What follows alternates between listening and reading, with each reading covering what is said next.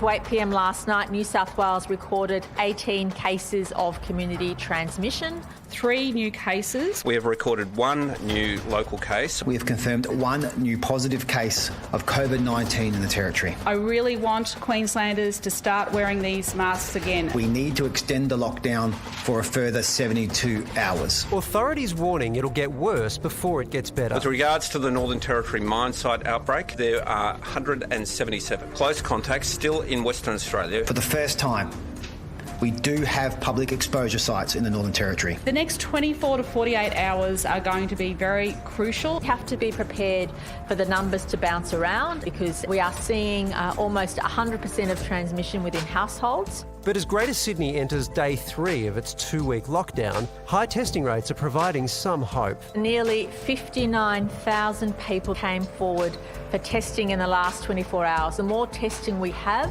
the more confidence our health experts have that they're capturing all of the cases in the community. Even those regions with no cases are caught up with increased restrictions or border closures in every jurisdiction. This has been a wake-up call for Australia. And the pleas to go out and get vaccinated. Get vaccinated. Go and get the vaccination. Have never been more urgent. Today it was revealed that of the more than 30 people who attended Sydney's West Hoxton super spreader party, the 7 who so far tested negative were all vaccinated. The early and strong indications from that are if you're vaccinated, you are much more likely to not be infected.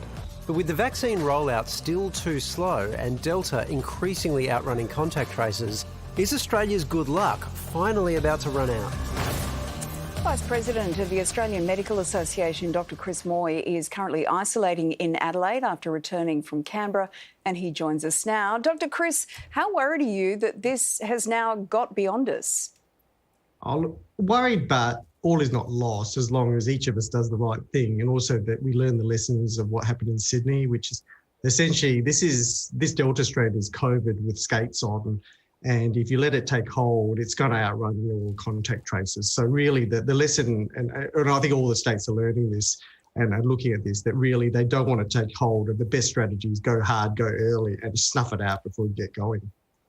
One aspect of this Delta strain seems to be that it's infecting kids more than previous strains. We're hearing of more Sydney school transmission that'll be announced tomorrow. We've also heard of those 1,300 kids in isolation. Is it actually more contagious in kids?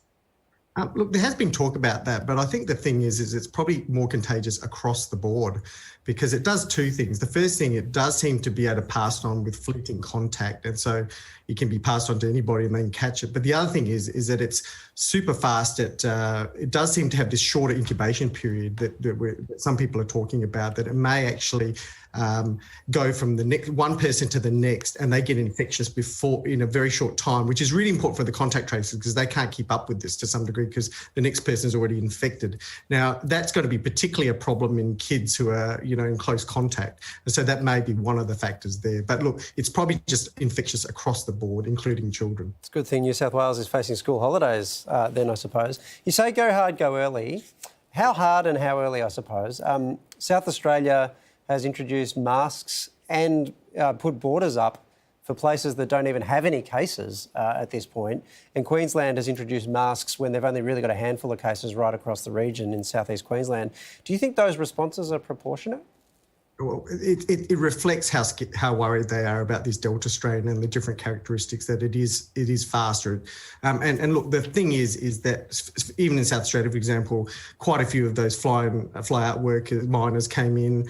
There was the situation with the Virgin staff that were due to take the Crows over the Carlton match, which were actually, they actually were in contact with the Virgin crew member who was infectious. And the other thing is that it's what they don't know that's the problem, because we had a whole lot of people streaming out of Sydney when the LGA lockdowns were announced, and everyone was packed, as I understand it. It's what you don't know, whether there are people out there. So the idea is to actually set up some restrictions so they can slow it down and actually get a good picture before, because as I said, once it gets going, the contact tracing is a lot harder if you don't have restrictions. And Chris, to the Northern Territory, how concerned are you that the Delta strain could possibly get into the Indigenous communities up there? incredibly scary situation if it were to get into those Indigenous populations. And the vaccination rates have been very variable. There are some with fantastic vaccination rates, some with less. It has been quite a big exercise to do that. Look, there has to be strategies at the moment, which I understand are already there, to really make sure that they're protected, but also that any cases are picked up really early, because really, if it was to get in there, they're particularly vulnerable populations. Dr. Chris Moy, thanks so much for your insight this evening. Really appreciate it. It's a pleasure. From expert opinions to in-depth analysis and reporting, the Project YouTube brings you the biggest stories from Australia and around the globe. Hit the subscribe button now for news delivered straight to your feed.